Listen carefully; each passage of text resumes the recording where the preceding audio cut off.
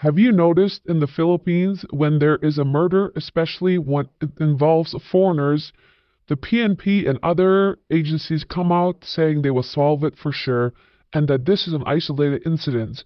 However, it's been over 2 months now since Michaela Makova's murder, from, quote, 99.9% solved to silence.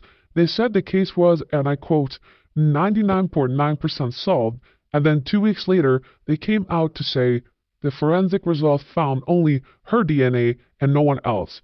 So basically, no one is being held responsible. That was a month and a half ago. Not a peep since then. Forgotten? Swept under the rug? Just like that Eastman dude and the ATM guy, and most probably countless others that didn't go viral, so we didn't hear about it. Different comment says, election is over now, so no need to act like they care anymore. I've seen them sweep even bigger profile cases under the rug, like that one wealthy steel mogul who got kidnapped in Pasay and murdered along with his driver. They swept that under the rug right quick. There was also another messed up case where a kid got kidnapped after school. Think he went to the British International School in Manila in BGC. The kidnappers cut off his finger after getting a fat ransom. Cops swept that under the rug too. There were also incidents like winners from casinos getting jacked on major freeways while going home, etc.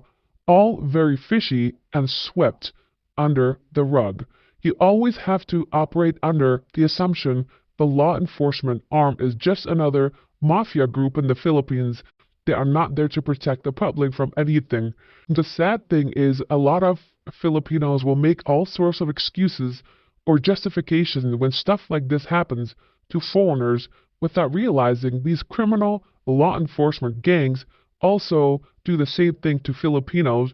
They are just enabling the presence of organized crime groups that are institutionalized within the government. You can only get updates on many crimes involving the Filipino Chinese community through private chat groups, gossip via family or business gatherings. My understanding is they tend to want to downplay them from the media so not to encourage copycat criminals. That said, a lot of these crimes tend to be inside jobs. Yes, also inside of the government itself and the PNP, the police officers. Let's not downplay the actual severity of the crimes. Let's not pretend that this doesn't happen regularly in the Philippines, and let's not tell people this is paradise, a safe place. How often have you watched YouTube videos where people are being interviewed and the interviewee says it's the safest place they've ever visited? I'll tell you why they feel that way. Because all they do is stay at resorts or developed areas and barely step a foot outside BGC or IT Park or whatever else you may have it, Mactan resorts, and these popular tourist destinations. Just like Latin America, they don't bother you if you aren't on a resort. They know that if that happens, they're messing with another industry like tourism, which there'll be much more eyes on them, and the investigation will be much more thorough, so they don't bother you when you're staying at those places. Do not let that fool you and have this false sense of security in the Philippines. It's not like that. This is another case, a sad case, of a woman losing her life in the Philippines, and nothing is being done about it. ELKX says, during this time, I learned that if you are a foreigner, get mugged or kidnapped or offed, they don't give a fuck about you. But if you are a foreigner and you humiliate the Philippines with jokes, they will want to prosecute you as if you were the most wanted criminal in the world. They will want your head. Ha ha ha. That is correct. Look what they did to that other vlogger. I forgot his name, but I'm sure Vitaly is his name, Vitaly, from Russia and lives in America. So all he did was pranks. Yes, it was not right. Yes, he should be punished, but this man is looking at 24 years in prison. Are you kidding me? 24 years for goofing around, being an idiot in public, okay, taking someone's hat or a motorcycle or pretending to do some goofy things does not justify 24 years in prison, where you have other people do same thing but actually taking 2 lives and hitting somebody with an SUV and being released on bail or some nonsense like this. None of it makes any sense in the penal land. Yeah, we definitely live in third world country. The priority is bringing money in from tourism, etc., and spreading it around at the top. The bottom, just cheap labor forced to the elite. This is true. We are in and live in a third world country, says Empathy Echoes. They do not have the resources as most police forces have in Western world. DNA on tap, forensic specialists at each police station. They don't have a major crime unit or homicide detectives in each police station. They mainly go after the local dealers by entrapment. Each time there's a case like this, they will do their best to try and solve it for the first week by conducting interviews, making reports, etc. But after a week and no new information coming in, what are they meant to do? This is a third world country. There you go. Someone else making excuses. Absolutely despicable.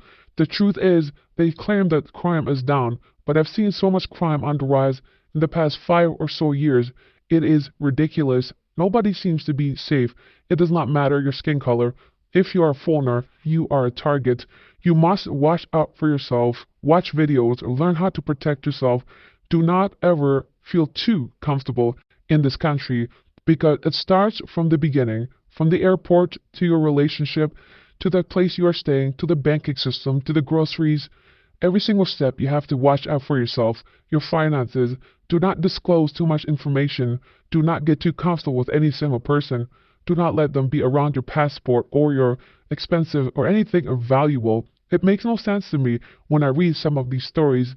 Of course, not in this case, but I am talking about, generally speaking, you have to protect yourself. This is today's catfish. How do you go from this to this? The best comment is from Jin Kazama. He says, I haven't met a woman more beautiful than my freedom. Keep that in mind the next time someone tries to control you and how they behave in a relationship, specifically in the Philippines. The worst comment is from Travel Lover for Life. An LDR is fine, but you should be in one for only 4 to 5 years max. Any longer than that, and you need a plan to be together permanently in one of your countries. It's people like this man here that continue to make relationships a nightmare. 4 to 5 years to be with someone? How desperate are you? How can you go 4 to 5 weeks even talking to someone without seeing them? I do not understand these men. Do you not have any respect for your time?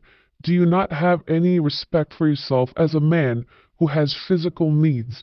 I don't understand how someone could spend 4 to 5 years talking to somebody online.